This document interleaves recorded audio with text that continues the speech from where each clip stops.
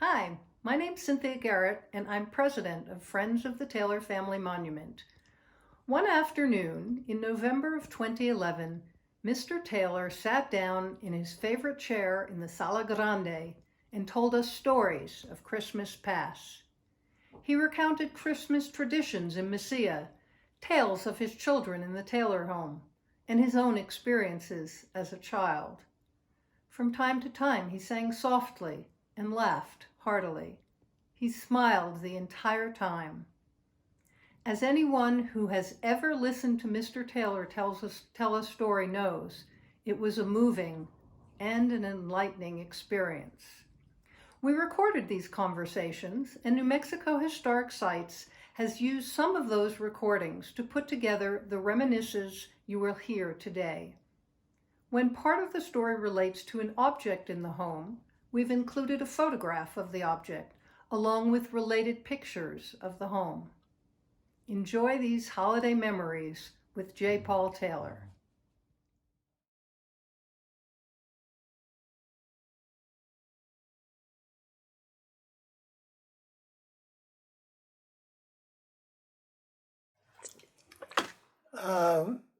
When we first moved to Mesilla, we lived in a little house to the west of the post office. And it was at that house that I first made a little stable in front. And I had the 18th century Santo Niño, which I had found in New Orleans. And the only thing that was missing were Mary and Joseph, which would be a comparable height, size of the baby. And so we had the Sisters of the Good Shepherd at Mesilla Park were here then. And I asked them if they could make Mary and Joseph, the three kings, the donkey, and some sheep. And they did that.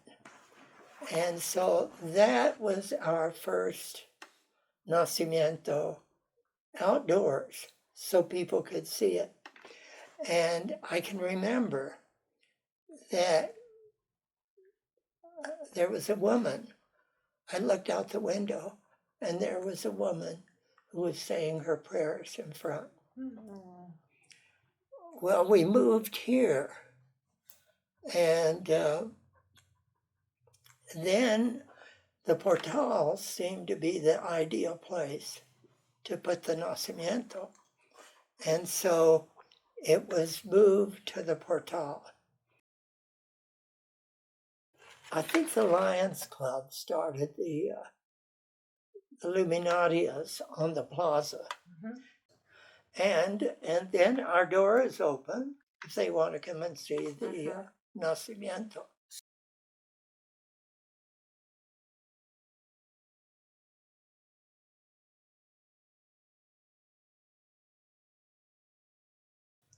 So in addition to that, the posadas were started, and they used Mary and Joseph as the peregrinos, as the travelers. And they go from every night, they move to a different house. And we always had the little prayers that people could use. And the first house they went to, they would knock on the door, and they would say, there are two versions. ¿Quién me está posada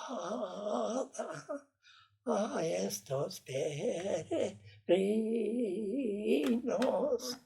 ¿Quién están tan cansados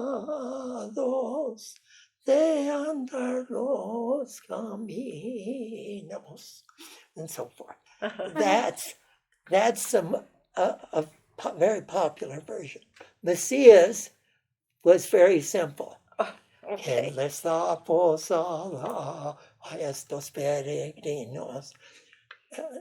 And don't judge by my voice. And inside, they would respond, go away. You're thieves in the night. Go away with you.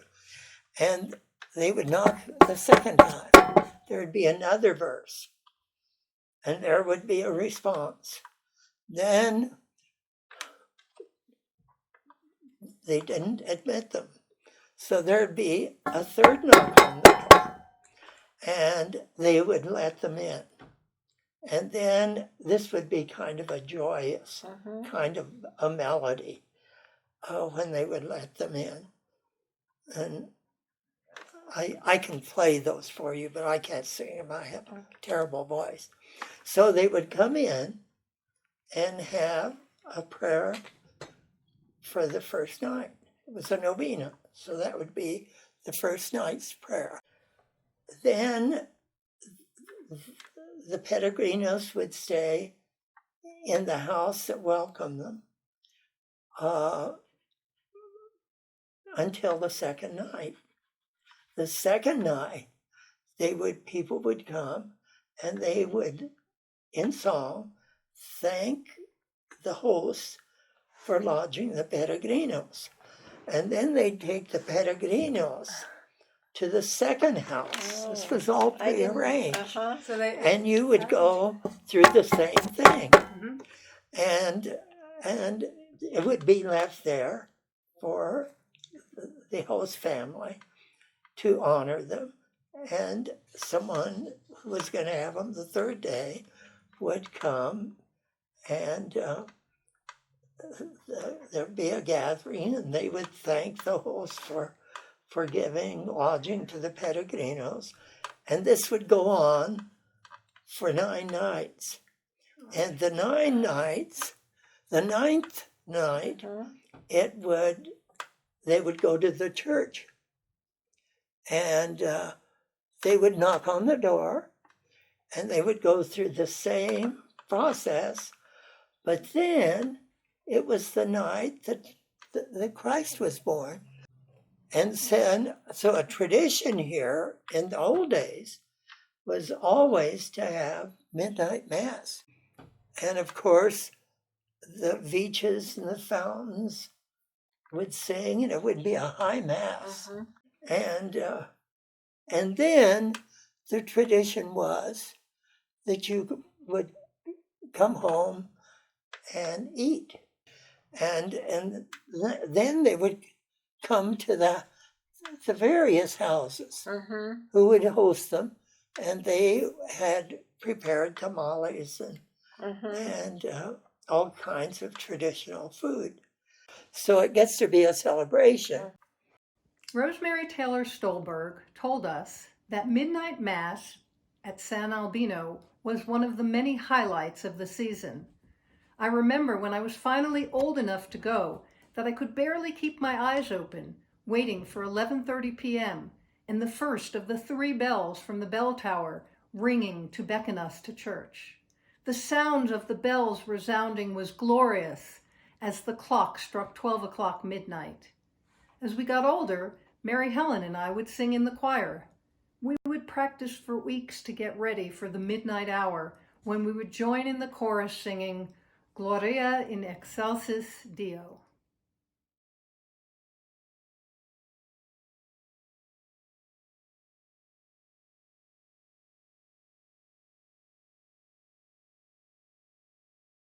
Now, when I was little, we didn't have a Christmas tree because people just didn't have it. You had it at school. Or maybe at church. We eventually had a Christmas tree, but I remember at the beginning we had our stockings, but we had no Christmas tree. And part of it, I guess, was Depression times. Right.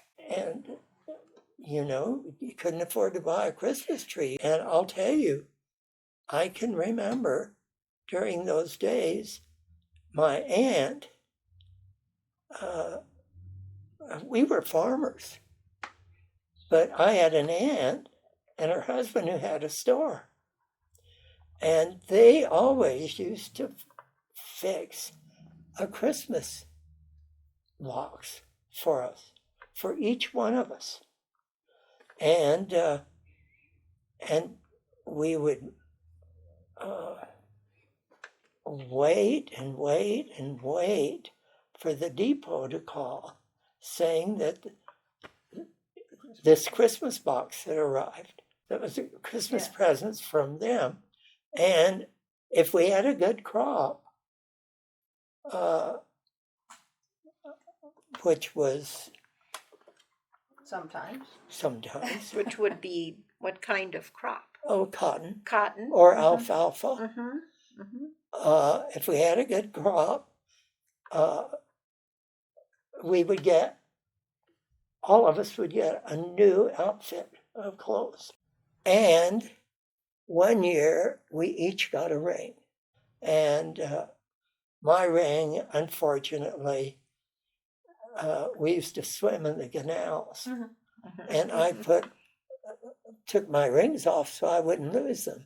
I had a ring that my sister gave me, and I had this wonderful ring that my parents had given me. And you undressed at the canal, and I put my rings on top. And when I got ready to go, they were gone. So I never got my rings back until I was 25. When I was 25, my mother gave me a diamond ring. Oh. And I always wore that ring Isn't that interesting? on this finger. That was my mother's and dad's way of saying, let's splurge this year. Mary Helen Taylor Raichie explained that my mother's parents lived on a farm in Anthony, New Mexico. Every year, a few days before Christmas, they would bring all of us wonderful commercial red fishnet stockings filled with ribbon candy and other goodies. It was certainly a very special treat for us. I still remember Daniels, my grandmother, and Potot, my grandfather, presenting the stockings to us in the dining room of our family home. Michael Romero Taylor remembered that Christmas at home in Mesilla was magical. Santa Claus was always nice to us, and we seemed to get what we asked for. The Sears and Roebuck catalog and Santa were somehow in communication. So Mom and Dad would ask us kids to look through the catalog in November and see what we would want Santa to get us. Then Mom and Dad would convey all our wishes to Santa, and sure enough, Christmas morning, we would have what we asked for under the tree. Rosemary Taylor Stolberg remembered that when it came time to decorate the tree, which we would venture out to get one usually on Christmas Eve, each one of us had a hand in the annual tradition. The boys would hang the lights and garland.